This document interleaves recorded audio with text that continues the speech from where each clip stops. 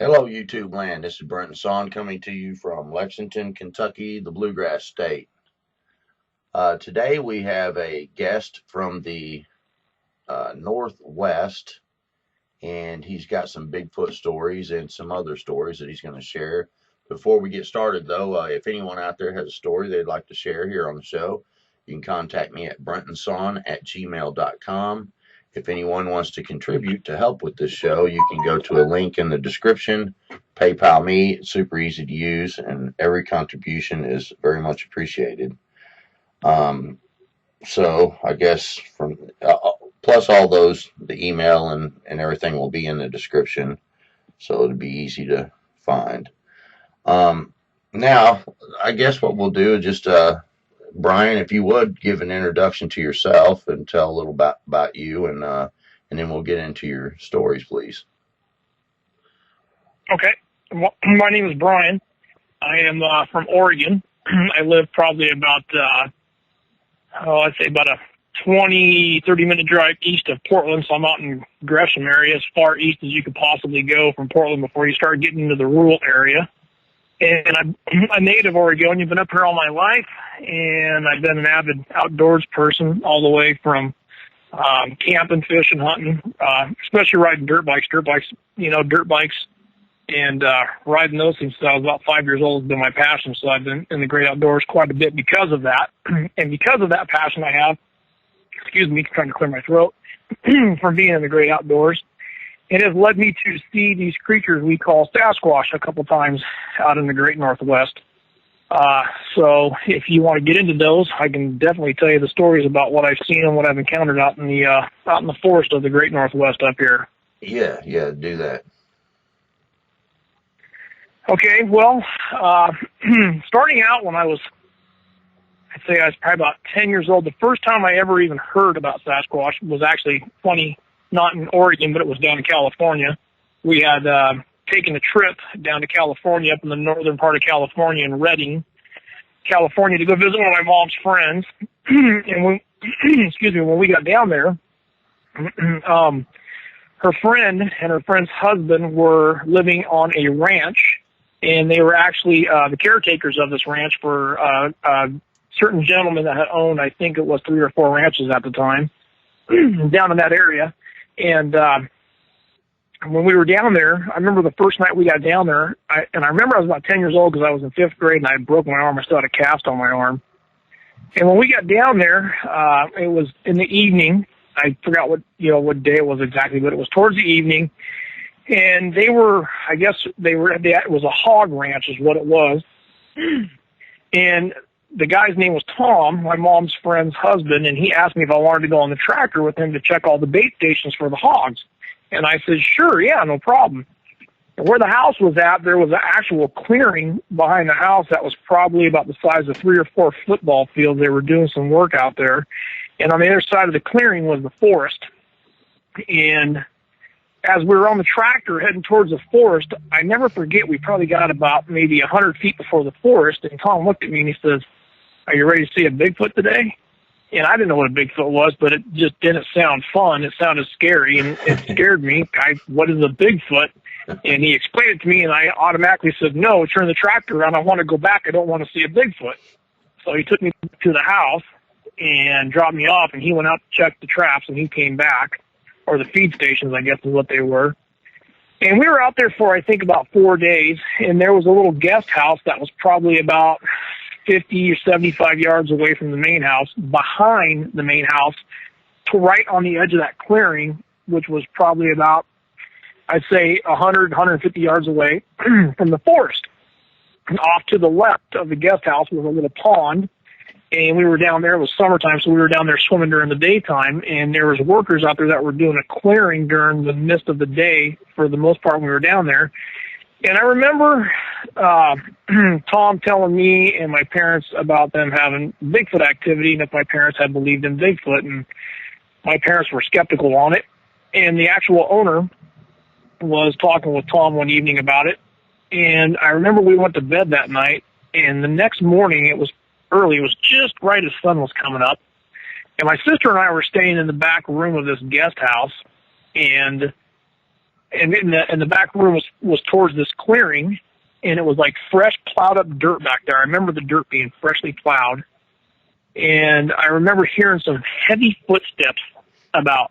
It had to have been around 5:30, 5 o'clock in the morning, right when the sun was coming up. It wasn't quite sun up, but it was, when it's just starting to get bright in the morning as the sun's starting to come up, and that morning's going to come. Yeah. Well, that's when it was, and I heard these heavy footsteps, and I thought to myself, well, who the heck's out there working this early in the morning? Because it woke me up. Well, then I seen this head walk past the window, and this window was like a little 2x2 window. It was up high. In the room that my sister and I were staying in. My sister was sleeping, and I remember waking her up, and I asked her if she heard that, and she told me, she said, no, not until you woke me up. Now I hear something. It sounds like someone's walking out there, and she went back to sleep. Well, it was walking so heavy, it felt to me like it was actually vibrating the ground of the room that we were sleeping in. And I just felt that was odd, that was an actual worker out there that was that big, causing the room floor to shake, or the floor of the room that we were in to shake it whenever it took a step. And then I seen this head go walking past the window, this shadow of a head, and it was a monstrous head. I thought, man, what kind of worker is that big to produce that big of a shadow of a head and almost take up the whole window as they walked past? And then I remember when we got up, had breakfast, about that time, it was about 8 o'clock in the morning, it walked off. It was so long ago, I can't remember all the details about it, but I think I went back to sleep.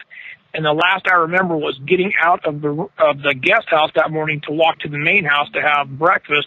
And the workers were already on site, and they were all back behind the guest house we were staying in, and they were walking around these tracks that were all around the back room of the guest house that came in from the forest and walked back to the forest. And we went back there to look at it, and my mom and my dad told my sister and I to stay in the house at the time.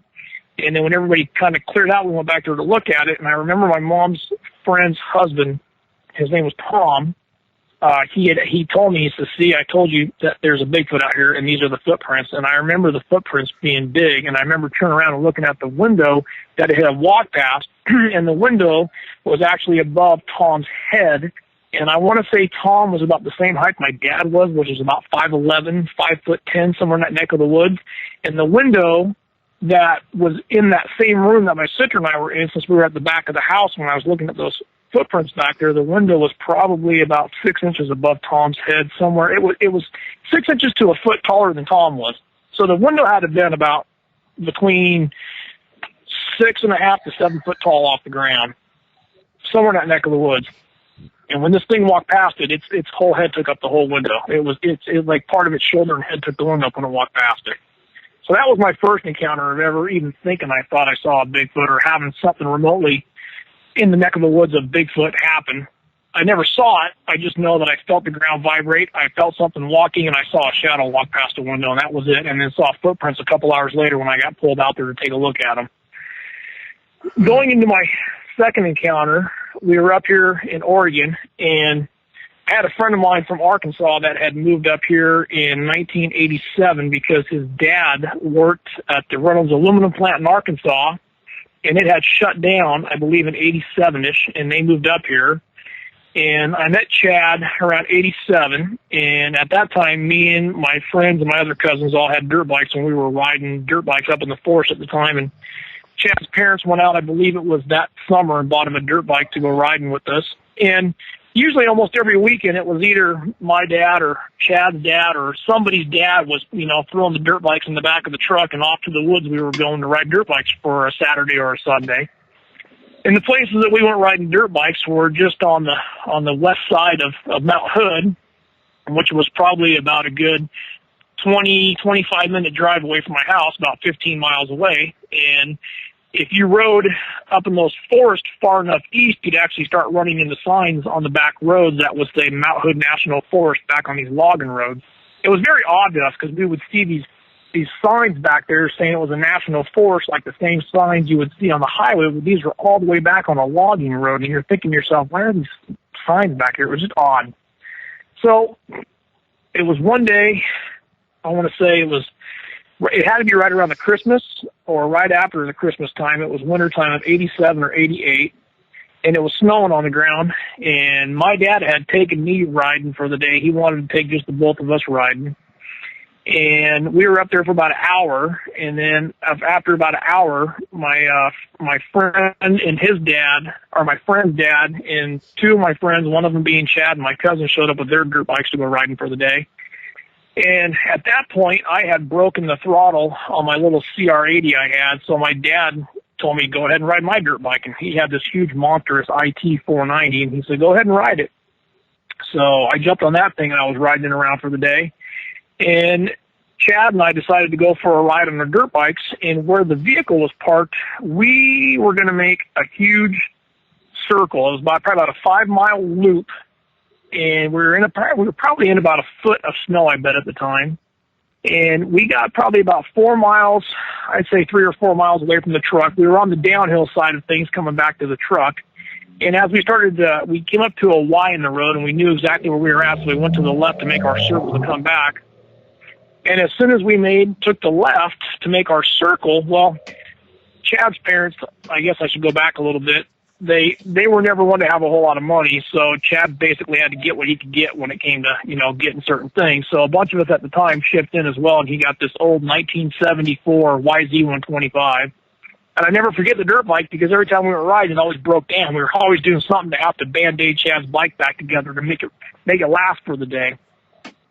So we were coming down, we got to the road where it made a Y, we took a left, and we didn't even get maybe about 100 yards, and it was, and the road would start dropping, the logging road would start dropping down into this little crevice, and then it would wind like a couple little S-turns down into this crevice, and then it would take a real sharp left, and then maybe about another mile back, and you had to go through a thicket of forest, and then bam, you're right back to where we parked the trucks at.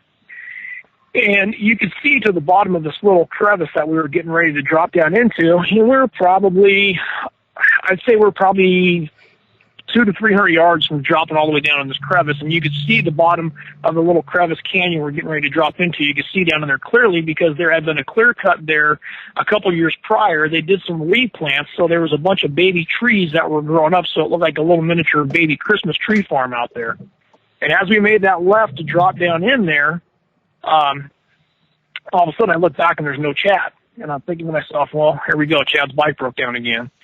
So I shut my dad's bike off to listen to see if I could even hear Chad coming.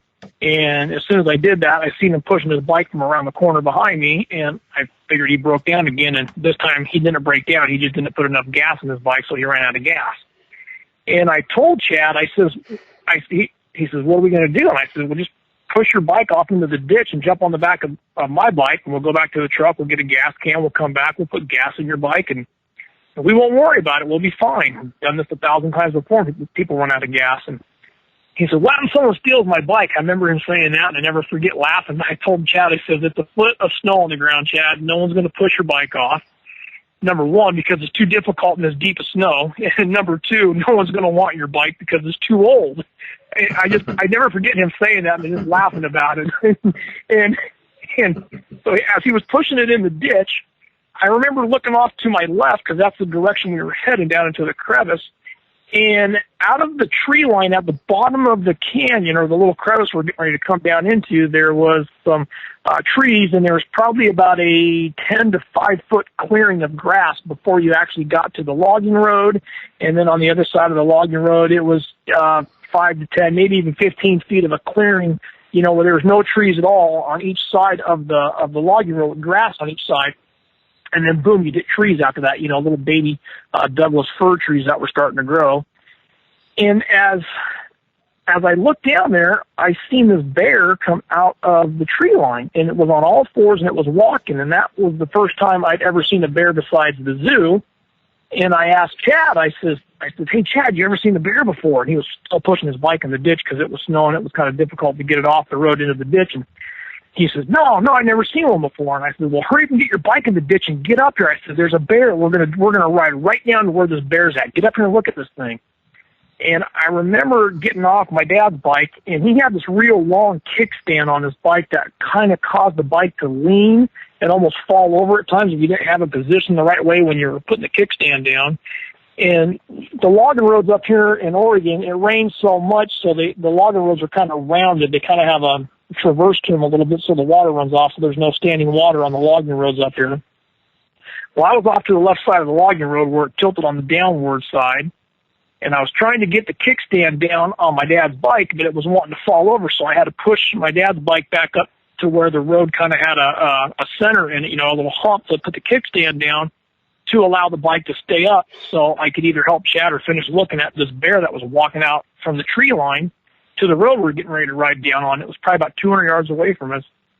And as I was trying to get my dad's bike stabilized, Chad came from out of the ditch after putting his bike in the ditch, and I never forget what he said, because he said, "Hey, man," he said, "that ain't no bear."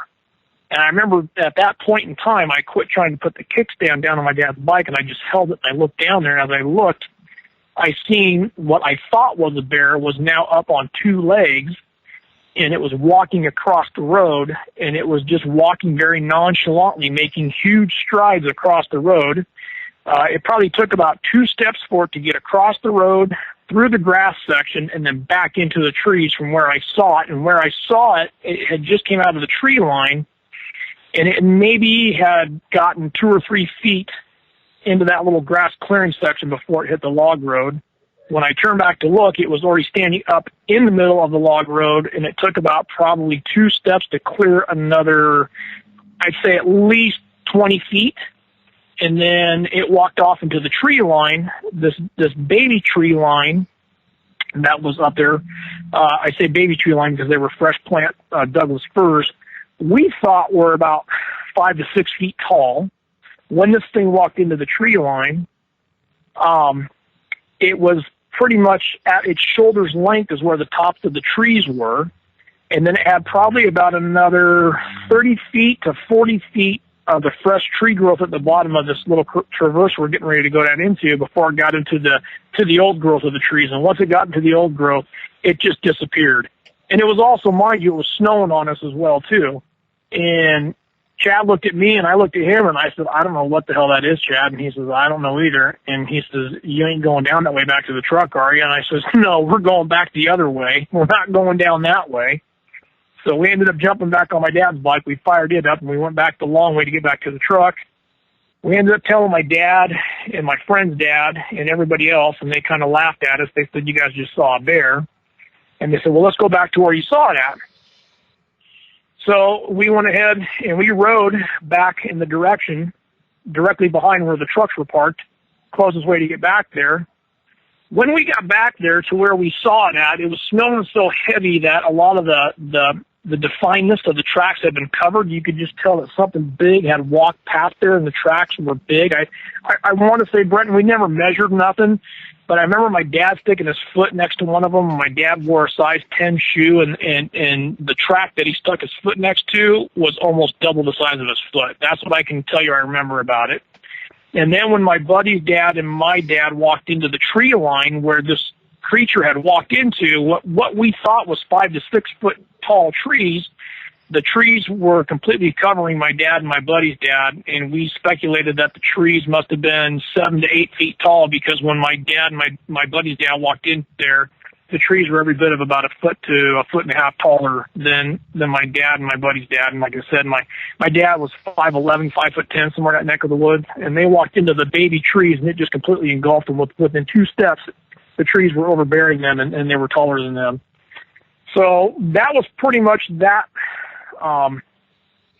That was pretty much that encounter, and that was my only encounter where I've actually seen it. If you fast forward about, I'd say 23 years past that, up in that exact same area, on the west side of the Mount Hood National Forest area, we used to go up there. They've now sold the land to Weyerhaeuser, so you can't get up there without a permit, but a different logging company used to own it. They actually shut that area down, I think, in 91 or 92, because I think it was because people were going up there polluting. I remember one day we went up there to go riding dirt bikes, and it was the saddest thing ever. We came around the corner to park where we usually parked at, and there was just like somebody went to a landfill and just dumped a bunch of garbage off. And this is where we normally park our vehicles to go riding, and people started dumping TVs and couches up there. It just became, it was just disgusting to see that people would litter like that in an area so beautiful as what that was. And I remember like 6 months later, they shut the whole area down to public use. You can no longer ride dirt bikes up there. You couldn't go cut wood up there. It was just, there was gates up and you were done. And then, like I said, you fast forward about 23 years later, I found out that they were given permits for hunting up there and also for wood cutting, but you had to go to the company that owned the land and you had to request one, and then they would send you one. Either if you lived close, they would give you a free permit, and if you lived outside of what their limits were for their neighboring limits to give you a free permit for wood, then you had to pay for a permit. Long story short, I was up in that neck of the woods at the time, living around there, so I got a free permit. And I believe it was October of 2013 because they would only open it up for 1 month for hunting, wood cutting, and that was it. And so you had 1 month to get up there and get your wood or do your hunting and get out of there.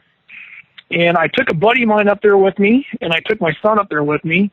My son at the time was 13, and my friend was the same age I was, and we decided to go up there because we had wood permits to go cut wood to burn in the wintertime, so we went up there to go get some wood. And most of my friends always known that I seen a Bigfoot up there, and I told almost all of them about it. Some of them laughed, some of them took me seriously. I didn't care. I just shared my story, and that was pretty much it.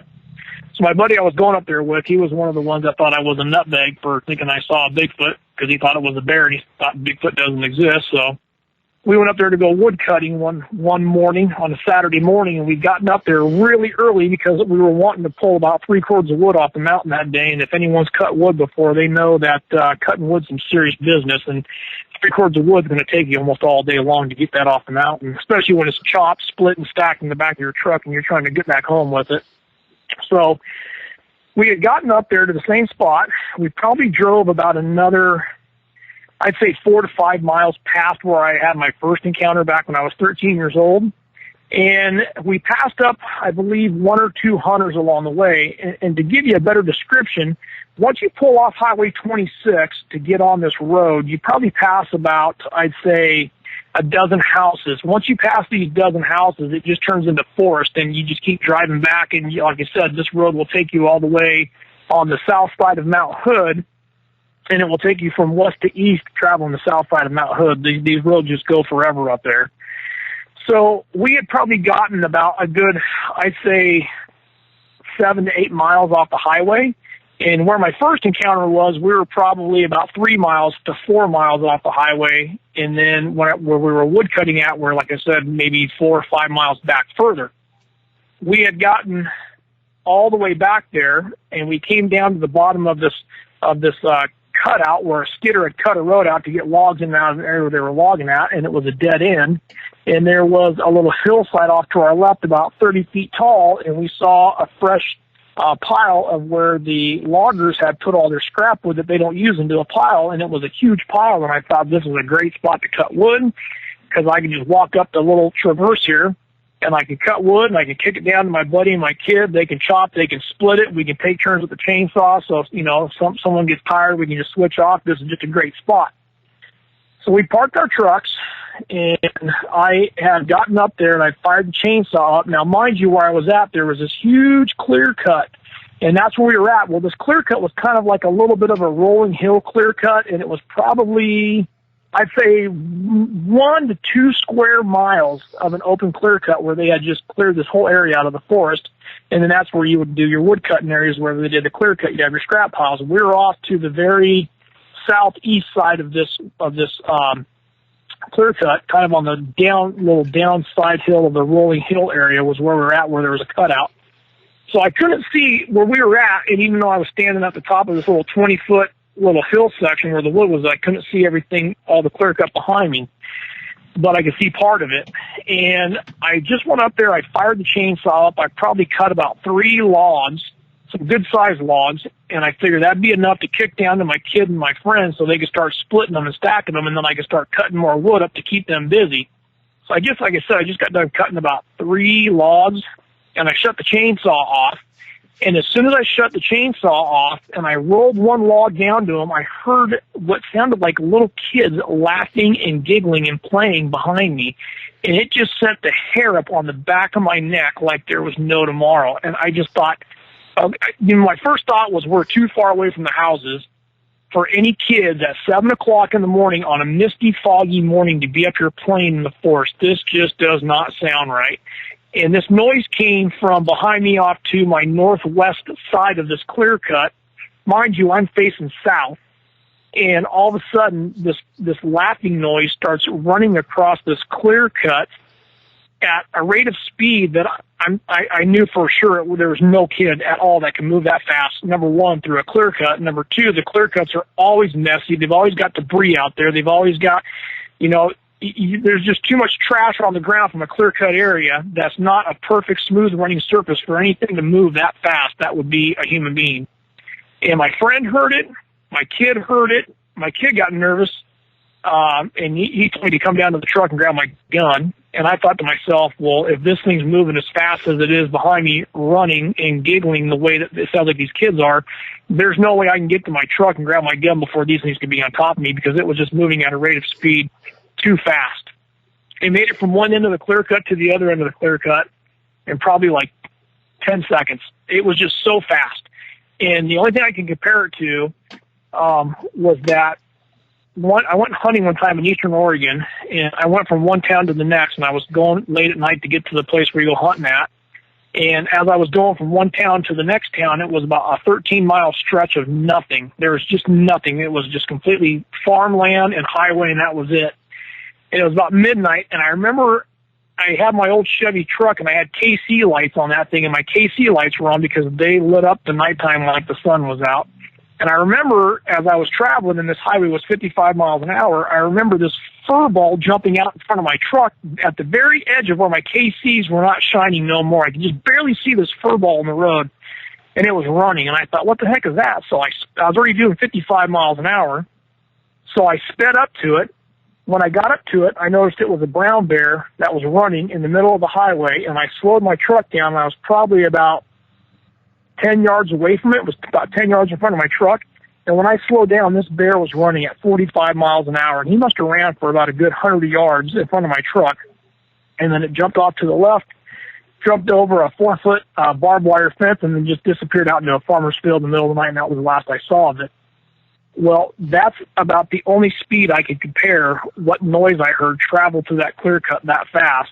But I still thought it couldn't even be a bear, because a bear can't travel that fast through this much of a saturated ground full of debris out there, with logs being down, slash piles being out there, branches being still on the ground from the trees being delimbed and all that kind of stuff. I just thought there's just no way. So it scared me. It scared my son. My buddy, I asked him if he heard it, and he says, oh, yeah. He goes, that's just coyotes. And I thought to myself, coyotes don't laugh like kids. I've heard coyotes before. They make some very unique noises, but I've never heard. It sounded like if you walked out on a recess at elementary school during recess time, that's exactly what this noise sounded like when it was behind me. And I couldn't convince my buddy, but he thought he knew it all. And what cracks me up about him is he's not an outdoorsman. He wrenches for a living. He lives inside of a shop for a living. He doesn't get out to do any fishing, hunting.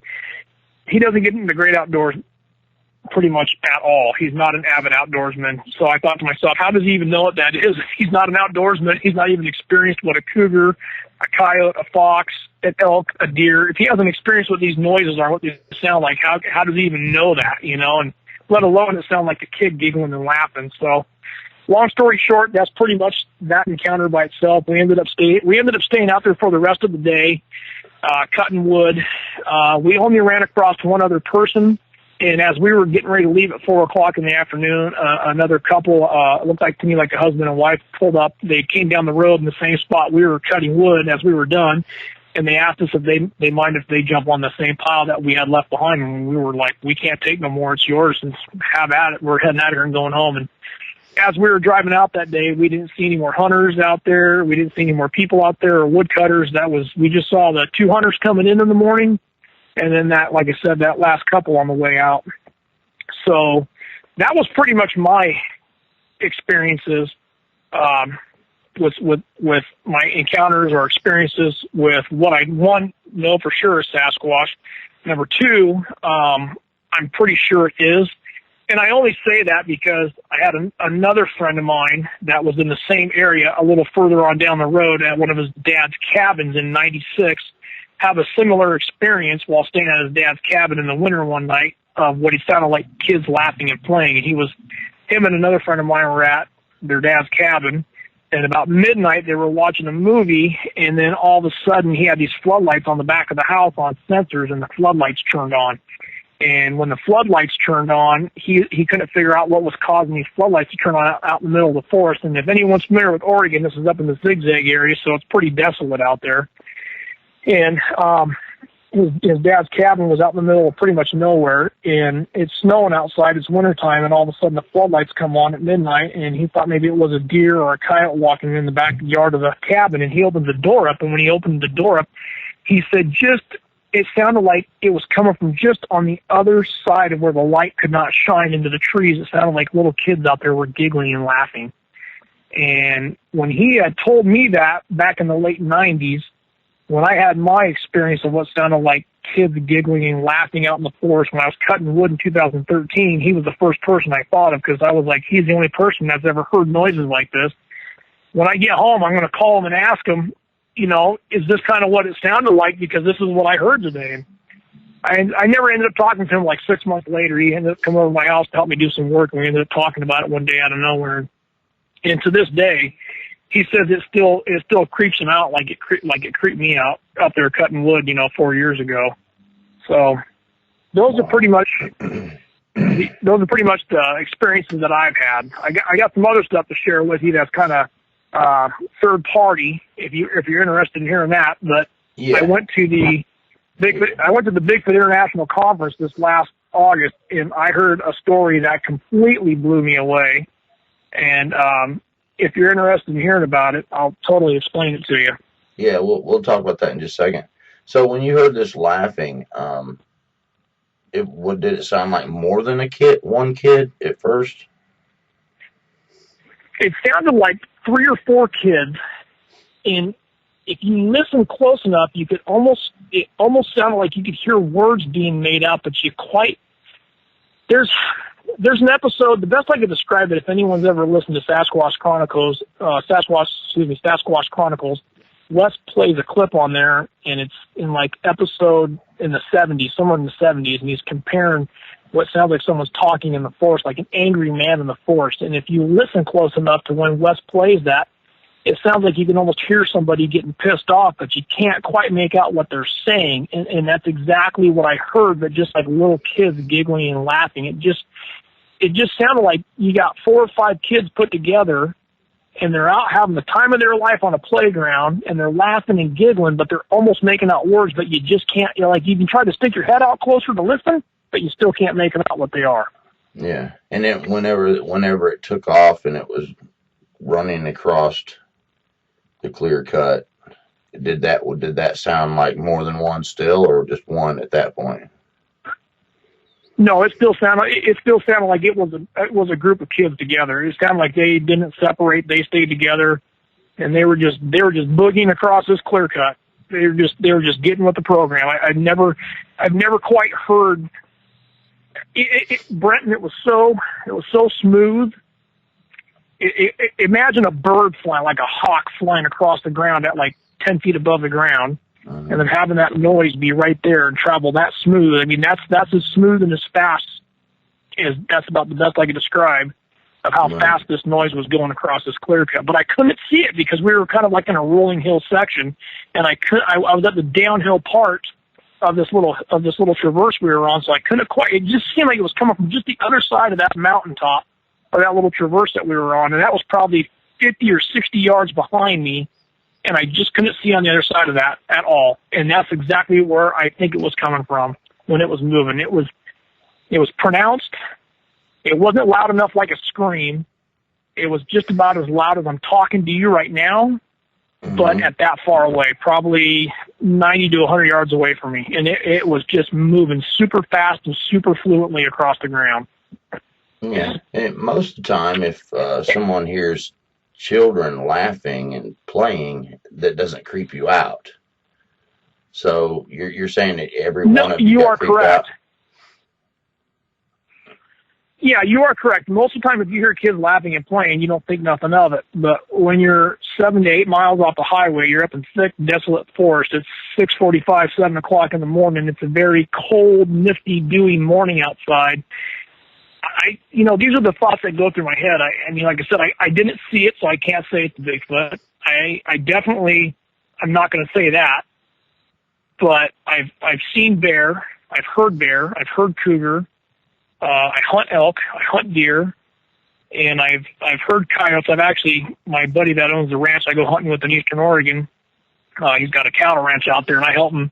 When I got to his place in the wintertime to hunt, I give him a hand out there controlling the coyotes because they got a coyote problem with their cows out there. So I help them call in and hunt coyotes as well. So I've heard a bunch of coyotes, and I've seen one or two foxes in my lifetime. So what I'm trying to say is I've seen a lot and I've heard a lot, and none of these distinctive sounds at all sounded like anything I've heard or seen out in the forest ever in all my life of being out there. And well, what kind of strikes me about it is that you were out in a place where other people could be and cutting wood and stuff. I feel like people have senses that you can get creeped out, or you feel like someone's looking at you or something like that.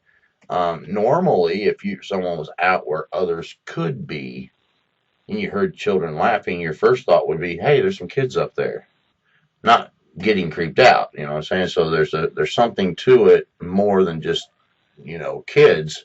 If you got creeped out when you heard kids, because it would have been possible, you know what I'm saying? Anywhere else you would say, hey, there's kids up there playing, instead of, what the heck is that? That's creepy. You know what I mean? Yeah, So I mean, I'll give you an example of that. We were down at because I'm real close to the coast, and we were down at I also go riding quads, and we were down at the dunes here a couple years back, and I decided I didn't want to be around the mass majority in the campground, so I put my truck in 4-wheel drive, went out in the dunes, and I camped out in the dunes with me and my kid and a couple friends of mine, and we were out there late, and we were, having a good time, just celebrating like friends do when they go out and hanging out with one another, and it was about 10 o'clock at night, and one of my buddies walked off into the bushes to go to the bathroom, and mind you, we're probably about 200 or 300 yards away from the campground out in the dunes, and he heard kids laughing when he was out there going to the bathroom, but then all of a sudden we heard a quad fire up, and they took off on the quad. He goes, oh, some kids were out here, and he said they startled me because I heard them, and then they jumped on their quad and they took off, and you heard that, and there was action behind that. You know what I mean? Where we were at, we were pretty much by ourselves, but at the same time, you're allowed to ride quads all the way to midnight out here in the Oregon dunes. And it was about 10 o'clock, and they were laughing out there. They were doing something, and you could hear them off in the distance, but then a quad fired up. And you didn't think nothing of it after that, because you knew that that's what they were. It didn't startle you, Right. But the deal where your friend had something laughing right outside the periphery of the lights, that's creepy, man. For real. Yeah, he said he went back in. It was about midnight, and him and my other buddy, their names were Ryan and Eric, and it was Ryan's dad's cabin. And Ryan said they went in, and they shut off the TV, they shut off the VCR, they shut all the lights off. It was a 2-story cabin. It was a small little 800 square foot cabin.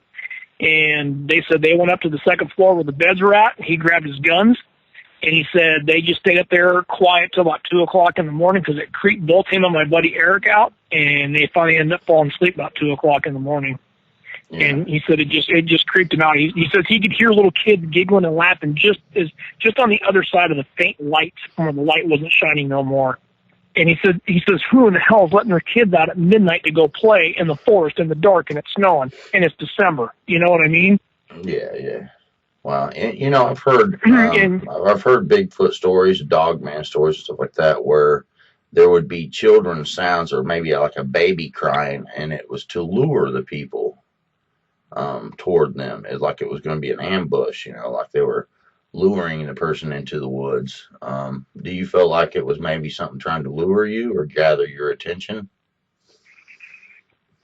Brenton, I do not know that one. I know it definitely grabbed my attention, and I talked to Wes about this too when I was on his show, and I just, for the life of me, I can't figure out. Everybody says that Sasquatch is supposed to be stealthy. They don't want to be seen. They don't want to be heard. Well, if Sasquatch is that, why did, and if that was it that morning out there cutting wood, and like I said, that's the same place I had my sighting 22, 23 years prior to that.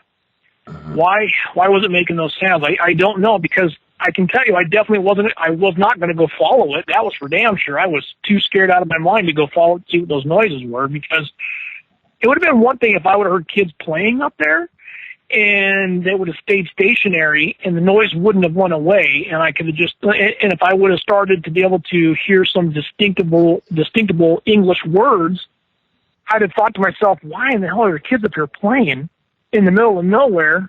And if I could hear them making English words, then I would have known it was kids for sure, and I might have went in that direction to see if the kids were okay or what the hell they're doing, because number one, it's hunting season. Number two, it's also wood cutting season, and we're at least 7 or 8 miles away from houses. So how in the hell, and why did their parents let them go so far away from the house to go up there and go play? So like I said, if that noise would have stayed stationary and I would have heard actual words, hey, come this way, hey, let's go on over here, go do this, go do that, or tag, you're it. If I would have heard stuff like that, maybe I would have went to investigate. But being that it was a laughing sound, and it was several, more than just one, and it was moving so fast, I just thought, I got a chainsaw with a 28-inch bar in my hand, and if it comes this way, the best I can do is fire the chainsaw fast enough I can't get to the truck, and it's going to at least get cut. And that's the best I could do. Other than that, I was going to finish out my day to get firewood, because firewood heats my house, and that's what I went up there for. Right. Now, the other Bigfoot, you said it came out on all fours, and you thought it was a bear. Was there anything kind of reflecting back on it? Was there anything odd about the way it walked on all fours? It's the first glance I got of it, and I didn't look that long because it was moving. It came walking out like it was waddling, and I thought, well, that's a bear. And it wasn't moving that fast, and it was probably about 200 or 300 yards away from us. And I thought maybe because we rode the dirt bikes down there, we scared it out of the bush. Maybe that's why it was trying to get away from us. I thought, I didn't know. I was 13 years old. I didn't know much about animals at the time, other than I thought it was a bear. And it was waddling like a bear. I mean, it looked exactly like a bear. Now, the only thing that I can tell you that was stuck out very odd to me was how skinny its backside was when it was down like a bear. It seemed like its behind area was bigger than its chest area. And then when Chad came out of the ditch and said, hey, man, that's not a bear, and I looked back over there at it, its shoulder width was huge, Brenton. It was, I thought to myself, the first thing I thought was, how could that have been a bear? How could that have been a bear if it was so narrow when it was down on all fours, and now it's standing up, and it looks like it's as wide as it looked as wide as a car. I mean, literally, it looked as wide as a Subaru did, or a Volkswagen Bug. It was just hugely wide. And the steps that it was taking was just mind-blowing. It was just odd how I first saw it. It looked so small. And then when I looked back and it was up on 2 legs, it was just hugely wide. Just you can't imagine. It's hard to put in words into a description. It's scary at how big it was. When what you imagine if you looked at a dog and the dog stood up. Let's just take, for instance, a German Shepherd. And we know how skinny a German Shepherd is, and then all of a sudden they stand up, and then they're as big and as thick as Hulk Hogan is, and you're thinking to yourself, how did it go from that to that? It just doesn't make sense. Yeah. And that's what I was thinking. Now, you said when it stood up and it walked by those trees, in comparison to your dad, which was basically about 6 foot tall, it's the trees ended up being a foot or more higher than his head, right? Oh yeah. Okay, so when this creature walked into the tree line, those trees were about between its shoulders and the middle of its head, somewhere in that neck of the woods is where the tree line was to this creature when it walked into the tree line. When my dad and my dad's friend went down there, the trees were every bit of a half to a foot and a half taller than my dad was. So it was probably an 8-footer again. Yeah, I'm gonna throw caution to the wind, and I'm gonna say it was between 8 and 9 feet, somewhere in that neck of the woods. Yeah. Okay. I don't think it was down to the 7 foot. I don't think it was 7 foot at all, Brenton, because like I said, the the trees when my dad walked into the tree line, the trees were every bit of a. It just depended on which tree you were walking next to, but some of the trees were every put it this way, every tree was taller than my dad, from a half a foot to a foot and a half, and that was pretty much about it. So if I have to speculate, you're about 6.5 to you could be 8 foot at the trees. You know what I mean? Somewhere in that neck of the woods. So this was just a huge, 8, 9 footer, or maybe even more, because they walk kind of slumped. Did it walk straight up or kind of a little bit slumped? I can't really remember. I didn't as crazy as it sounds, because I mean I had probably a good, I'd say 10 to 15 seconds to pay attention to this thing as it walked off into the tree line. I'm going to say that no, it didn't stand straight up. I was more watching I was more looking at the back of its shoulders, and I was watching its legs, how big of steps it was taking as it walked off into the tree line. I was just mind blown by the distance it was making as it was getting into the tree line. It just was mind blowing. Yeah. Yeah, they're gigantic. It's unbelievable something that big is really out there. It's just incredible. So you're thinking maybe his chest width across was 3-4 foot, like shoulder to shoulder.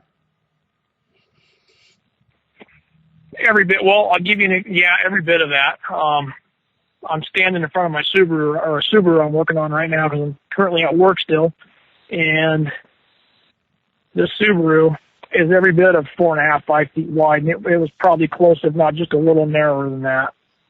Oh, about a 4. Wow, that's humongous. Yeah, they're just so massive. It's unbelievable. Did it have the cone head? No, it seemed to have more of a. Its head seemed like it was one with its shoulders. I don't remember seeing much head sticking out from the shoulders, and it just kind of seemed more round, like a human's head at the top. It wasn't too pointed, but maybe it was because I was more paying attention to its shoulders and how wide its shoulders were than its head, and it was just. Maybe it was. Now that I look back on, maybe it was slouched over a little bit. I don't think it was standing straight up. But like I said, the two main things I was paying attention to was how wide its back was and how big of steps it was taking. I'm telling you, Brenton, monstrous steps. Anything that can clear a logging road literally in 2 steps, and most logging roads are about 8 feet wide. That's a monster. Yeah, that's pretty massive. Now, when it comes to the color of it, what color was it? It was black. Black. Yeah, it was black all the way through. I didn't see any brown. I didn't see any red. I didn't see any gray. It was just black all the way through. That's just a good color to hide in the woods, too, really. When you get back in the shadowy areas, you can squat down on the ground and look like a stump, or you can, stand by a tree and look like a tree, I think they're so big, a lot of times they can just stand still and you think it's a tree, It could be, tree that's been broken over. Well, another good example, what I can give you of that was when it walked from the new growth into the old growth. It didn't take more than literally 1 step into that old growth. And, mind you, it was probably about 2 o'clock in the afternoon that day, because I know it was on the downside of the afternoon, because I remember that Chad and I were doing our last ride for the day, and I think we're going to load up and go home after that. And so it was about 2 o'clock in the afternoon, I have to say, and it was snowing out. It was snowing really heavy, too. So we could see this thing through the snow. And as soon as it stepped into the old growth, where, it's kind of have more shadows underlaying the old growth, and it took 1 step into that old growth from the new growth, and it just disappeared. It was gone. We couldn't see it no more. It just blended right in, and it was gone. And that's when Chad and I sat there watching it all the way till it walked into that old growth. And as soon as we couldn't see it, we were, excuse my language, we were both like, let's get the fuck out of here. We were scared crapless, we don't want nothing to do with that thing. Oh, yeah, yeah. Well, to see something that huge, that's scary when you don't know where it's at. It's like, shoot, let's go now. Leave that motorcycle. Yeah. And I remember, I remember sitting there trying to kickstart my dad's bike, and I remember like an idiot. I was so nervous. I was gripping the throttle. I was gripping the handlebars so much. I was kicking the bike, and it wouldn't start. And I had my thumb on the kill switch on the motorcycle, not realizing I did. So the motorcycle wouldn't start. And I remember Chad freaking out. I remember him saying, "Man, if you don't get that bike started, I'm going to throw you off and start it myself." And then finally, when he said that, I thought, why isn't the bike starting? And I remember going, "Oh, you idiot, your thumb's on the kill switch." And as soon as I took my thumb off the kill switch, one kick, the bike fired up, and we had the bike turned around, and we were out of there. We were gone. Yeah. It makes me wonder sometimes when people have these encounters and they want to go looking for them, and like try to communicate and think, it's like, man, I don't mind seeing one or maybe going looking for evidence, but once you see one and one's in the area, to me, it's just horribly scary. I wouldn't want to try to communicate with it, Yeah, I can tell you to this day, every time I go out in the forest, I don't go without packing a gun. I make sure it's a big, heavy gun so it can take something down. I mean, they say that a 44 won't even stop these creatures depending on where you hit them at. Well, that's fine, but in my opinion, having something's better than having nothing. You know what I mean? Yeah. Hey, I think they pretty much leave you alone. When you got a gun, they know what guns are. They go the other way. And I don't care how big something is. You shoot it in the head, it's going down. I kind of got the same philosophy you got. I listened to Kubo and Bear out there from the Bigfoot Outlaws. I listened to Wes's show. I listened to your show. I listened to Dark Waters, and I listen to all of them. I work on cars for a living, so I can put my ear pods in my ear all day and work on cars, and I can keep up on all this stuff, which is kind of nice. So I hear all the stories that are out there, and I tend to agree with you. They say that, no, a bullet might not stop them if you do this or do that, but, when you got a 180 grain bullet coming at you and a 10 millimeter, a 45, a 44, and it's coming at your head, I tend to think it's going to probably crack that skull and do a little penetration if you're within the kill zone. You know what I mean? Yeah. And, it might be hard to hit one because they're so fast. I mean, you've seen how fluid they are. I wouldn't recommend going and trying to take one down, but if one was coming at you and you had time, because I think they're so stealthy, if they really wanted to take you out, even if you have a gun, you probably might not even get a shot off. Because they do things too, they try to distract you. Like the game warden, they had one coming down a hill, but the one behind him was the one who pushed the tree over on him, and so. But I don't care how big you are. You get shot in the head, you're going to go down. You might trigger off the whole, 2 or 3 more coming after you, because usually they aren't alone. But, what I mean? Yeah, I'm like you. Yeah, I know exactly what you're talking about. Believe me, I think even a shot to the center mass or in the gut would make one think about it and turn around even. I think you're correct as well on that one. I think if you can get a headshot, a throat shot, or a lower gut shot, I don't know if I'm going to go for the center mass because I keep hearing on all the shows I listen to that they've got very thick rib bones. Or even a good leg shot. Heck, take someone's leg out. How are they going to get around that way? They're going to fall down a limp at least, you know what I mean? You're going to slow them down. Yeah. And, when you get shot, you want to, think about living. And, it might have adrenaline pumping and come after you. I wouldn't shoot one unless it was absolutely necessary that I thought I was going to die. Because I think it'd be dangerous unless you was to hit it in the head, But it still might come at you. Yeah, I do agree with you. My wife, she loves to go hiking in the spring and summertime, and she's actually right now itching to get out and do some hiking. And we went up to Mount Hood this last weekend, and we went up hiking around Trillium Lake. If anybody listening here in Oregon knows where Trillium Lake's at, it's just a little lake that's about just on the south side of Mount Hood, and it's a very popular spot for people to go snowshoeing. But what I'm trying to get at is my wife, she just likes to get in the great outdoors, and I told her about my experiences, and she still thinks I'm kind of a kook a little bit because of it. She's like, I think you saw something, but I don't really think there was a Bigfoot out there. They'd have discovered it by now. And I keep telling her there's so many scenarios upon, if this thing exists, what is it? Why is it? And what does the government have to keep it from us if that's just the whole case? And I says, here's the bottom line. If you want to go hiking up here in the Pacific Northwest, up in the gorge, through all these dense forests where I know that these sightings are at and there's activity, I'll go with you. I'm packing a gun, and that's all there is to it. And I'm bringing lots of ammunition because I want to make sure if we see something, we're getting out of the forest alive. And she's still to this day, why you got to pack your gun? Why you got to pack your gun? Yeah, and it even won't if be Bigfoot doesn't exist. And it won't be a single shot bolt action or a muzzle loader. So, I want some repeating action. You know what I mean? After I shoot that first bullet, then I better have a bunch more to back that up because I couldn't imagine having a bolt action or something. You got to get another bullet out. And, yeah, that would be. Oh, man. They've been taken down. No, before, and there's kill teams that go out and take them down too. I've heard way too many stories from credible people that know that there are, when they start having missing people, these rogue Bigfoots, they got people they send out and they'll take out the whole pod, that's getting out of hand. And the game warden guy, he knows about these things, and he shared quite a bit, really. And they leave those cases open, when there are problems, so they don't have to share the information.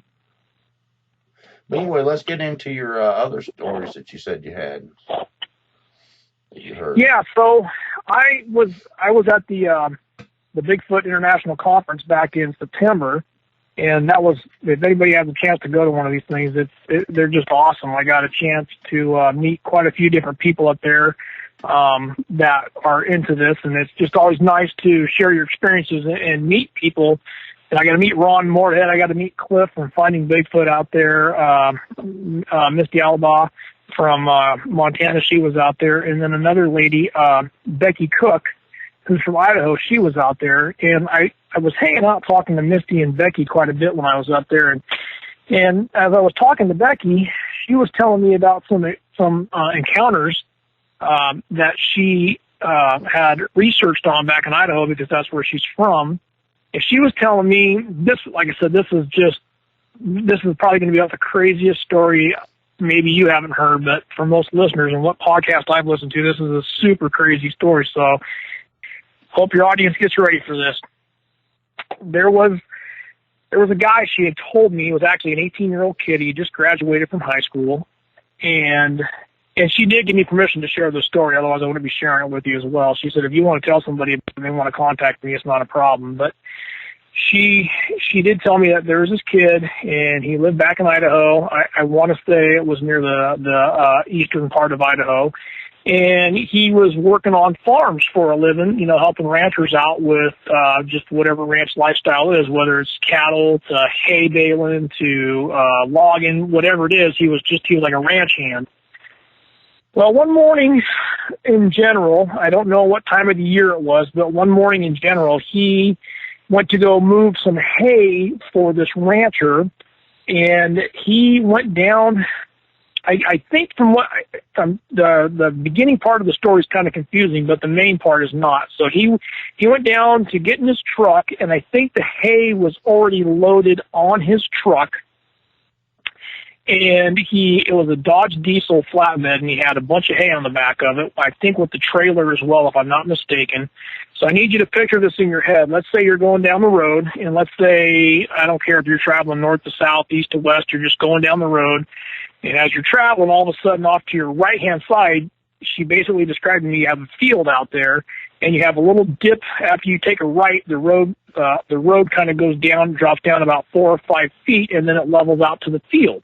And then on the other side of the road, you have a little ditch with a kind of about a 30-foot canyon wall, she said. So if you're on the road and you travel left, you're going to go into a wall, and if you travel to the right, you're going to dip down off the road about 5 or 6 feet to a field. And where he was at, he was probably about 70 or 80 feet off the road, And the story she had told me was that this kid was sitting in his truck, and the truck was warmed up, and he already had hay on the back of his truck. He was drinking his coffee. He was letting his truck warm up. And off to the left-hand side of this field, there was a tractor. I guess it was the hay baling tractor. And all of a sudden, as he was sitting there in his truck, and the tractor was off to his left, but it was in front of his truck. So imagine looking in front of your truck, and then there's a tractor off to your left-hand side, I'm going to assume 40 or 50 feet. And all of a sudden, he's sitting there drinking his coffee, and all of a sudden, he sees the tractor fire up, and the lights come on. And he's looking over going, what the heck? I'm the only person out here. How the hell? Maybe there's somebody else out here. And so all of a sudden, the tractor gets put in gear, and it starts driving towards his truck. Now, like I said, this is just going to sound off the wall, but this is the word for word what she told me. This tractor starts driving towards his truck like it's going to block him in and prevent him from getting up to the road. So he puts his truck in gear, and he starts driving forward to prevent the tractor from letting him get out, because he's got to get to this guy's other part of his ranch by a certain time to get this hay delivered, supposedly. And as he starts driving forward, he gets right in front of the tractor, and all of a sudden, this creature jumps off the tractor, and it runs over to his truck. The guy's got running boards on his truck. He's got his window cracked about 2 inches. This thing jumps on the side of his truck. It takes its fingers and puts it on the inside of his window as if to hang onto his window. And she totally says it's a Bigfoot that did this. And it looked right at this guy. Now, here's the oddest thing about it. It said to him, the guy's name was Rob, and this Bigfoot spoke to him and said, "Did I scare you, Robbie?" And nobody has called this guy Robbie since he was, an adolescent and not even a teenager. Everyone's called him Rob when he went into his teenage years. And he freaked him out. He floored his truck to get out of there as fast as possible, tried to roll his window up. He ended up running into the bank on the other side of the road, lost half his hay, went back to his house, wouldn't talk to nobody, locked himself in his bedroom. The rancher, a couple hours later, goes looking for him, wanting to know where he's at. Ends up going to his house, finding his truck got wrecked, got scratched up. Tries to go to his bedroom to talk to him. He won't come out of his bedroom. He just told me he had a bad experience. I'm sorry. And then kind of told him the story, but didn't tell him everything to it. Supposedly the rancher goes back to the site where this all happened at. The tractor is now from the left-hand side of the road on the right-hand side of the road. It hit something to cause it to stop running, so it's shut off. There's hay all over the road. They can see the tire marks where he pulled out of the driveway, shot across the road, went into the ditch, and then that's as far as they could tell what happened, and there's hay scattered all over this area, and that's pretty much it. So this guy ends up freaking out so much about this that he ends up moving with him and his fiancée from Idaho down to Nevada. Becky tried doing some research on this, and she was able to finally contact him, and she told me when she contacted him, when she brought this topic up, that he didn't even, as soon as she brought the topic up, he just said, "I'm sorry, I can't even talk about this," and just hung up on her. He's still, I guess it was like 7 or 8 years later to this day, still that scared he couldn't even talk about it. My goodness. I mean, that is just so bizarre. That is the bizarrest thing I've ever heard in my, ever. I've heard of a story similar where one, reaches in the vehicle and, yells at the person, something like that. But to actually say the guy's name and, that's bizarre. And to drive the tractor, it almost makes you wonder, was there someone that had a Bigfoot suit on, It said that right there would make it, how would the thing know the name? I'm not saying it ain't true. It could very well be true. But that would put it almost into the, at least the Bigfoot being in communication with the supernatural realm, to like a familiar spirit or something, you know what I mean? Because some people speculate, Brent, like Scott Carpenter, he thinks that these Bigfoots, since they, he believes that they're Nephilim, they could actually be, inhabited by something else that could basically animate it, or do something like that. And a familiar spirit would certainly know, someone's name and do something like that to scare someone. And, yeah, that's the craziest story I believe I've ever heard. And, I was sitting there just thinking too that I remember I did have a lady on the show. I can't remember where she was from, but she had horses and things like that. And the first encounter she had with Bigfoot, it was laughing. There was one that was out in the woods and it was laughing and stuff like that. And then it ended up turning to where this thing was, messing with her and her animals and things like that. But I just thought I'd throw that out there because I kind of forgot about that.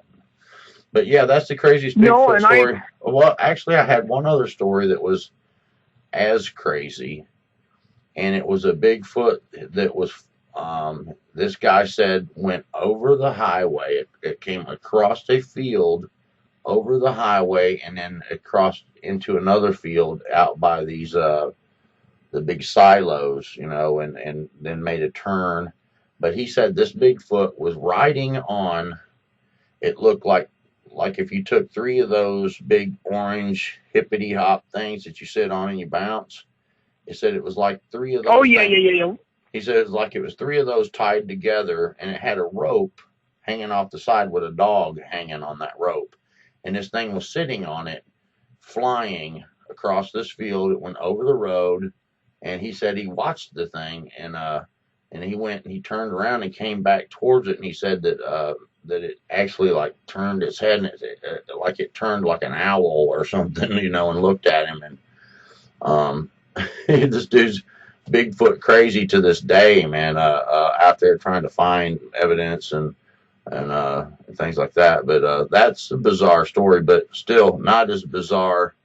To me, it's not as bizarre as someone driving a tractor and jumping on the side of your truck and say, "Did I scare you?" and call you by name. That's got the top of the cake there. And not even call you by name, but call you by your name when you were in adolescence. How did it know your adolescent's name? Has it been around you that? I mean, there's just so many questions that are unanswered.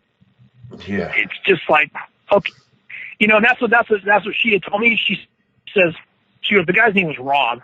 She says nobody, and he was 18 years old or 19 years old when this happened. She said nobody called him Robbie since he was like 9 or 10 years old. So how did this thing know his name Robbie?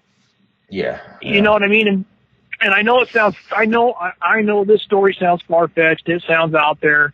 But if you stop, like Wes always says from Sasquatch Chronicles, I don't have one in my garage and I'm dissecting, so I can't be definite on anything. He's exactly correct because no one studied these things. But we do know this much from stories we've heard. We know that they can speak human language because people say they hear them mimicking their dog's name. They hear them mimicking somebody calling them out in the forest, and they know that person that's calling them is not out in the forest, They've heard them laugh, like you just said. I've heard the same story about them laughing as well. So if they can mimic these sounds like human beings, and they're supposedly supposed to have 2 vocal cords in their throat, how do we know what they can and can't do? Nobody really knows what they can or can't do. Heck, for all we know, there's not even one that's proven to exist, for the human public to know about. So how can anybody speculate 100% what it can and can't do? You know what I mean? And yeah, it sounds crazy, but how can you? You can't discredit something until you were the actual person that was there. You know what I mean? Right. Yeah. I mean, I believe it's possible. That's for sure. I mean, who would make that up? If you're going to make a Bigfoot story up, that wouldn't be what I would make up and try to. Yeah. And supposedly the guy lives in Nevada to this day and doesn't want to come to Idaho ever again, and he just wants to be as far away from forest as possible.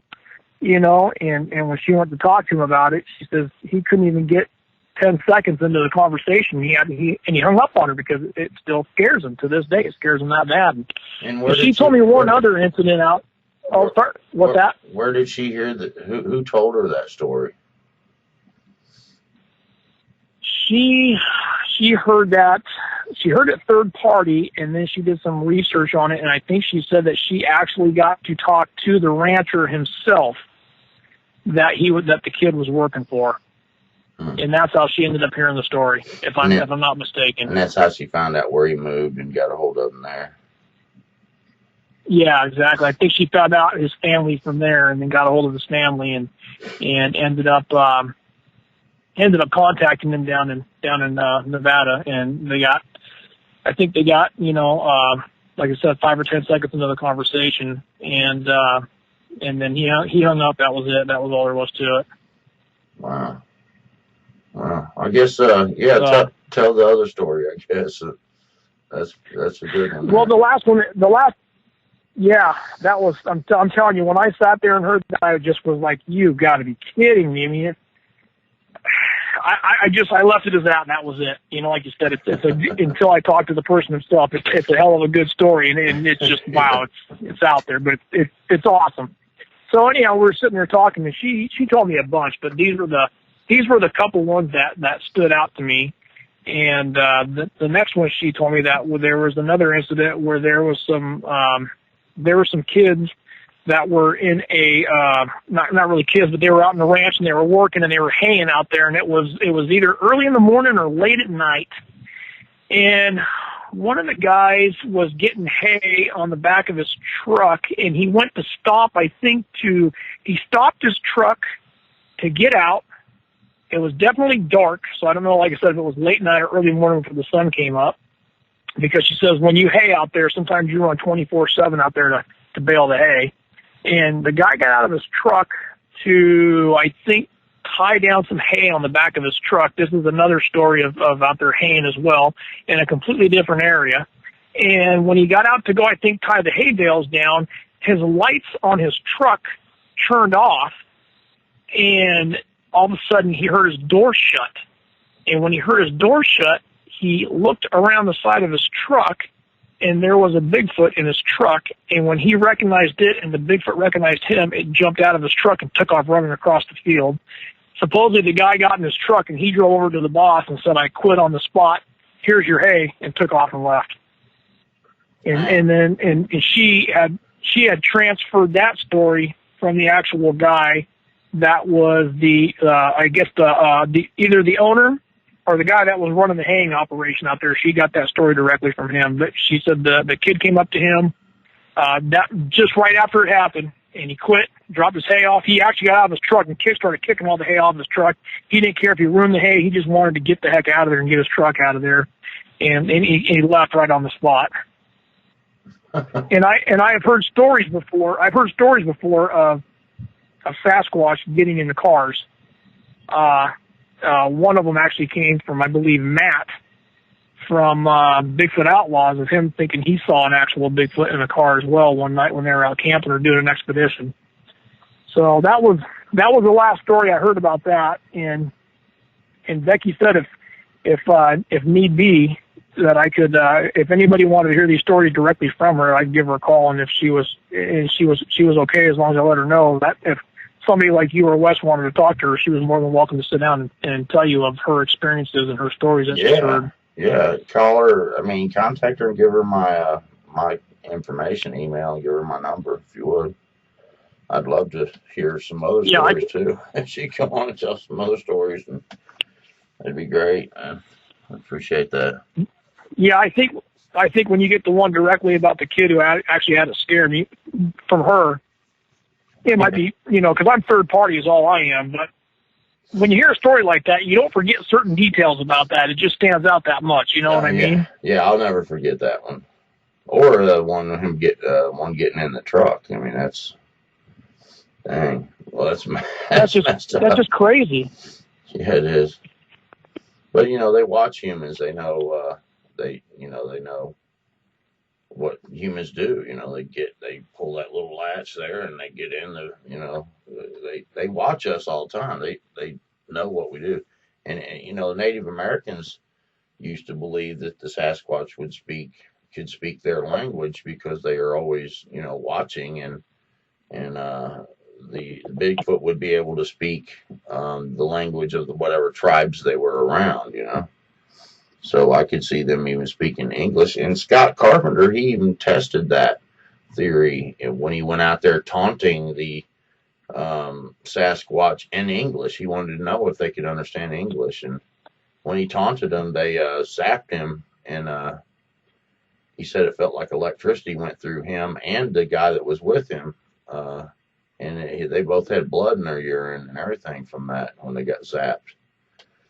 Yeah. Yeah, I remember hearing that story as well. And then you and I talked also earlier about that couple in New York that was supposedly communicating with Bigfoot through stick structures. You know, making and I mean, if they get that kind of intelligence, I just, it's just the whole thing that no one knows for sure. And if they got that kind of intelligence, who's to say they can't do this or who's to say they can't do that? Because no one knows, no definitive proof on them and what they can and can't do. No one knows nothing other than what they've seen, and that's all they know. Right. And you have to leave it as that for the most part. You know what I mean? And in my opinion, I think you're a fool if you shut your mind down to the possibilities of what you don't know. If you shut your mind down to that, you're gonna be stuck. You're never gonna try to learn more or understand or experience more. You know what I mean? Yeah. I mean, from all the stories that I've collected, they seem to have a human-like intelligence. Sometimes, there's one family I was talking to in Utah, and they have had activity with these Bigfoot for a long time. The grandfather, they own the land since like 1810 or something like that, or way back. It's been in the family for a long time, but the grandfather gained the trust of some of the Bigfoot, and they had a picture of him sitting between two full-grown Sasquatch, but they called that type the type that looked more like an ape. They said it was the retarded. He said retarded type. That there's a type that's really dumb, and then there's a type that's really intelligent. And I don't know if it's maybe inbreeding or what's going on with that, but I mean that's just what they told me, and they have some crazy stories from out there on their place, that's for sure. And they have like you say, it's hard to say who can. It's just you can't put down one person says it does this, the next person says it does that, and the next person beyond that goes, well, it doesn't do either one of those things because I've seen it all my life do this and it's never did that before. Well, all human beings don't act the same. None of us are all the exact same person. And you might run across one person who's very mild tempered and the next person's very, very hot headed and very short fused. It's hard to say. And one person may not like one sort of things in life versus another person liking that. Well, who's not to say that Sasquatch can't be the same way as well either, Yeah. So that's just the kind of open mind I have with this. So people call me crazy sometimes and they call me a nutcase because I think this way, but there's no, I always go back to that, there's no definitive proof. And they always say, well, yeah, you're correct. This hasn't even been discovered, so how can you even think there's anything out there? Then I lead back to, well, I've seen it. I know what I've seen, and I know my eyes didn't fool me, and I know bears can't walk that way, so I know this. And it seems to me like once you start going down this rabbit hole of trying to discover what Bigfoot is, it's a bigger rabbit hole than what most people seem to really think it really is. It's a huge rabbit hole, if you ask me. Yeah, and we all have our theories and stuff, and I think the biblical, Genesis 6 theory fits best, but that's my opinion, and I don't know why. Some people think they're just the ape, Gigantopithecus. I don't get mad at them, so I really don't know why some people get mad at you when you've got a different theory than they have. But it's okay if they won't be mad. I'm just putting together the pieces, and that to me it fits the eyewitness accounts, and I think the best evidence that we have really are the eyewitness accounts. Of course there are some footprints and some video, some pictures and stuff, but the eyewitness accounts gives you a behavioral, details on it gives you some more of the sociology of the creature and and the psychology of it, Yeah, exactly. in some ways, this mysteries to search channel, that I do this thing, searching out these mysteries. Even the people that have encounters is somewhat of a mystery. The different ways that people view it, and the ideas that people have and how they react, and so it's not just the creatures that we're looking at as the mystery, but the mystery of human beings and their experiences is also a mystery to me. It's quite interesting. But let me see. Yeah, and We're at about an hour 45 or something like that, I think. If you want to, what other stories did you have that you were going to share? well, I was going to tell you why I think the way I think upon this. When I talked to you before, I told you I had some other experiences that were not Bigfoot related, but maybe it'll help put into a different perspective upon why my mind stays open to not all the time think this is just a flesh and blood creature all the time, because no one knows 100%. Natives say that they're supposed to got magical powers. I don't know, maybe they do, maybe they don't, but I know why I keep my mind open to when I hear stories. And I can tell you two other things that have happened in my life that make me feel this way, and that was, number one, when I was 9 years old, my grandfather committed suicide. He had, I believe it was at 74 years old. He had an allergy problem, and the medication he was taking to stay alive from having coal miner's lungs was causing him to lose his mind. He started becoming very forgetful. It was almost like Alzheimer's disease is what it was like. And I think that he didn't want to go out that way, so I think he decided to take his own life is what I think. But I don't know. I was 9 years old when this happened. And I remember after he passed away, I don't remember how long after he passed away, if it was 2 weeks, a month, or 6 months, but it was very shortly after he passed away. I was sleeping at my house one night, and my dad at the time was working graveyard, so he was gone, so it was just me, my mother, and my sister. And I think it was about 1 o'clock in the morning, we had somebody jump our fence and get into our backyard. And about 1:30, we had the cops knocking at our front door, and it had scared all of us because, I was with my mom and her in the house with her 2 kids, and my dad's gone. And the cops came to the front door, and they had said that they followed a drunk to our driveway, and he parked his car and then hopped the fence to try to elude them. And at the time, we had a little English Springer Spaniel in the backyard as a dog, and he wouldn't harm nobody. So, of course, that's why he didn't bark or alarm us that somebody was back there. And so it kind of startled us a little bit. The cops said, needless to say, we're going to send a wrecker over to the house, tow his car off. Don't worry about it. We're going to patrol the neighborhood for the night. So don't worry about it. You guys are going to be safe. So we go back to sleep, and me and my sister, kind of scared us at the time. I think my sister was 4 years old and I was 9. So we go to sleep in the bedroom with Mom. I remember on the big old king-size waterbed my parents had back then. And I fall asleep, and I remember having this dream about it being Easter at my parents' house. And I remember that me and my cousins were all at the top of my street playing around on our pedal bikes, and this purple Volkswagen Bug came down the street. And this guy was in this purple Volkswagen Bug, and he opened his door, and he started talking to my cousin to try to convince him to come into the car to go for a ride with him. And I just kept thinking, this is bad, don't get in your car. But I distinctly remember it was a purple Volkswagen Baja, and it scared me so bad I woke up. And as soon as I woke up, I remember looking into my parents' doorway, and there was a figure of a man standing in my parents' doorway, which was less than 8 feet away from my head, and it scared me so bad I could not scream. But it was a figure of a man, but it wasn't as distinct as a man. When you have snow on your television, when you never could pick up a station back in the old days when you had to get up and turn the knob on your TV? Mm-hmm. Yeah. Well, this was a statue of a man that was like purple snow from your TV that was standing right there in the doorway, and he was looking directly at me.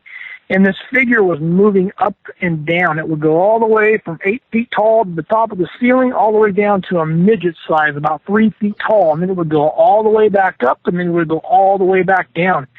And I kept thinking, oh my gosh, did this guy that, parked his car in our driveway and jumped the fence and went in the backyard, did he break into the house? Do we have an intruder in the house? That's all I could think in my head. I was so scared.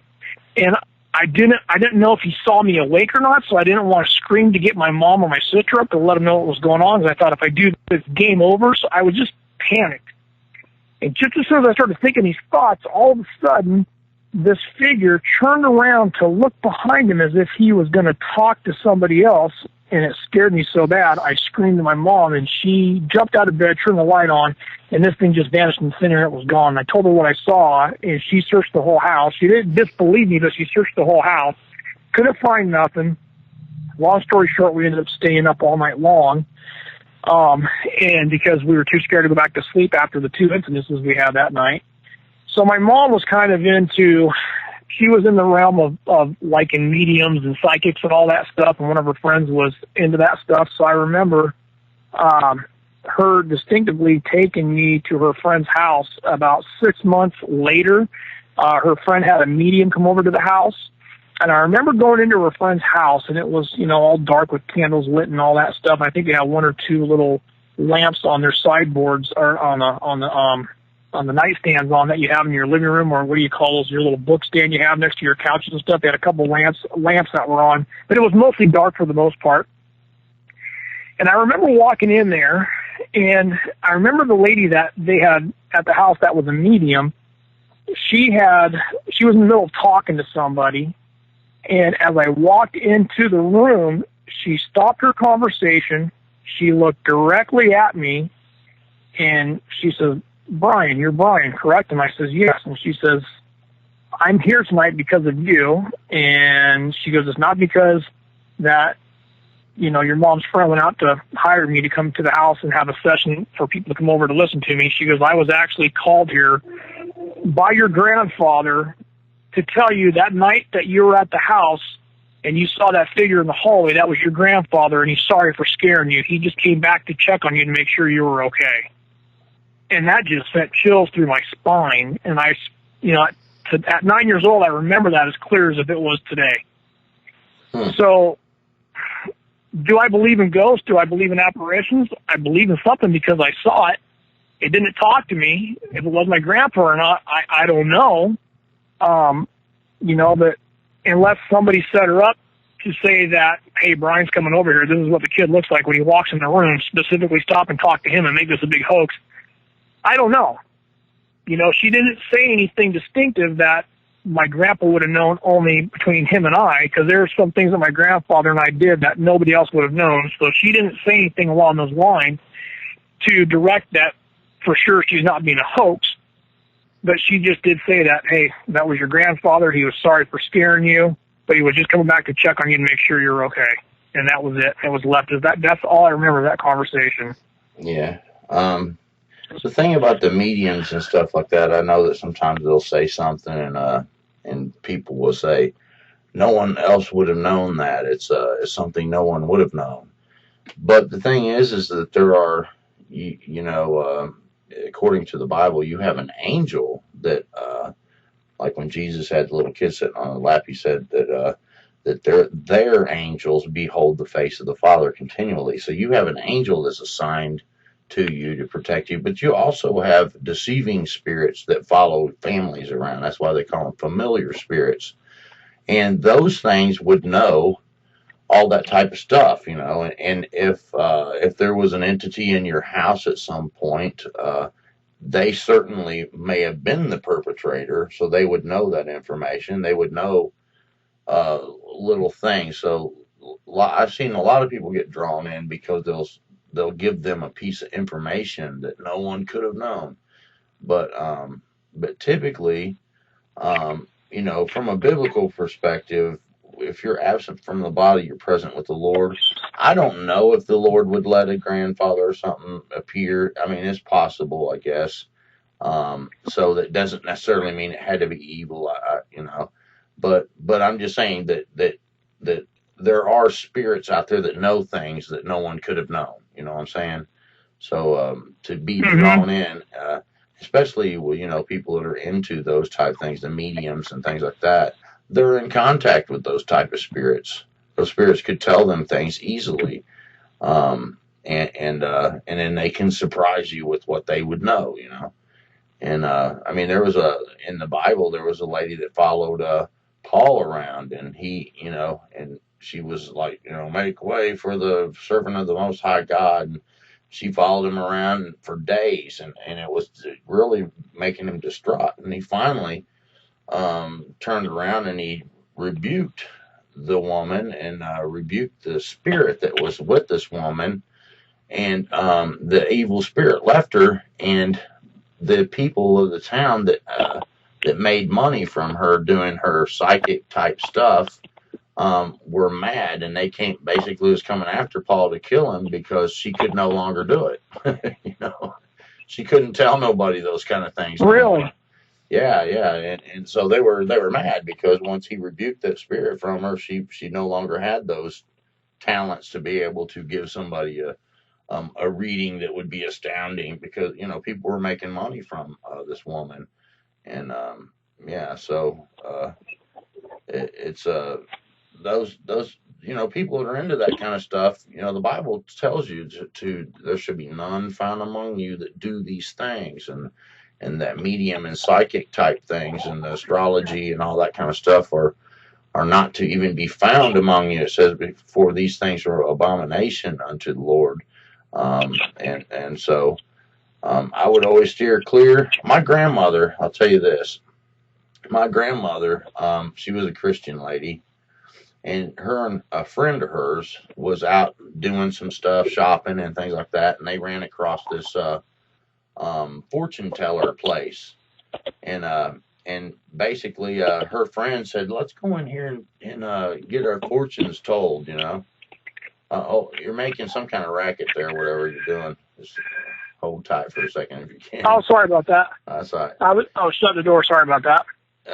Anyway, my grandmother and her friend were shopping and what have you, and her friend's like, well, let's go in here and get our fortunes told. Is some fortune teller lady, and my grandmother reluctantly was like, all right, well, we'll go, if you want to. And they walked in and sat down at this lady that had the crystal ball and all the tarot cards and all that kind of stuff.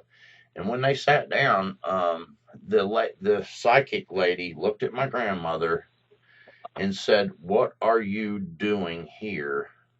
You are one of his, belonging to the Lord. What are you doing here? You are one of his. And that right there told my grandma a whole lot, man. She got up and left, because this woman knew, and I've had a similar thing like that happen to me before. Walking into a place and the person instantly turns and looks at me and said, you're one of those Jesus followers. And this guy didn't know me from nowhere, I was going to a place to pray for these people that had been missing from church for a while, and they had this person living in their home. As soon as I walked in the door, man, this guy said, he looked straight at me and said, you're one of those Jesus followers. And when I prayed, the dude could not even stay in the house. He had to leave, and he was out there taunting from outside the house. And then when I was leaving the house, and he said, well, if I had a Bible, I would tell you some of this and that and that. And I pulled my Bible out. I had a little pocket-sized Bible. I pulled it out of my back pocket. And I said, hold your hands out. And he held his hands out, dude. I set the Bible in his hands, and his hands started trembling. And his whole body was shaking so bad he dropped the Bible. And you know what I'm saying? So, I mean, Wow. Yeah, some of your experiences I've heard on you talk about on your podcast, and what you're telling me now go a little deeper than mine. I know for sure that I know where my faith stands. I know I believe in the Lord Jesus Christ. So I'm always confident in that, no matter what. I mean, even though we all are all sinners to this day, you still got to make sure your faith is correct. You know, and that's just my belief on that. So, yeah. But I've always seemed to be type of person. I haven't had a lot, but I've had some very strange paranormal encounters or activities in my life, like seeing ghosts or hearing things or just weird things happening around me. And I can't put a finger on it. I can't put a head on it. So when those things in my life happen, and like the things in your life that have happened, when people tell me stories of things that has happened in their life of paranormal or Bigfoot or aliens or whatever, you know, I don't discredit it. I don't laugh at people. And I take everything I hear with a grain of salt. That's all there is to it, you know, Yeah. and that's how I believe. And I keep my mind open as much as I can because, you know, I know what it's like to be laughed at, and it sucks, especially when you're telling the truth, and especially when it's your closest people to you. Yeah. So yeah.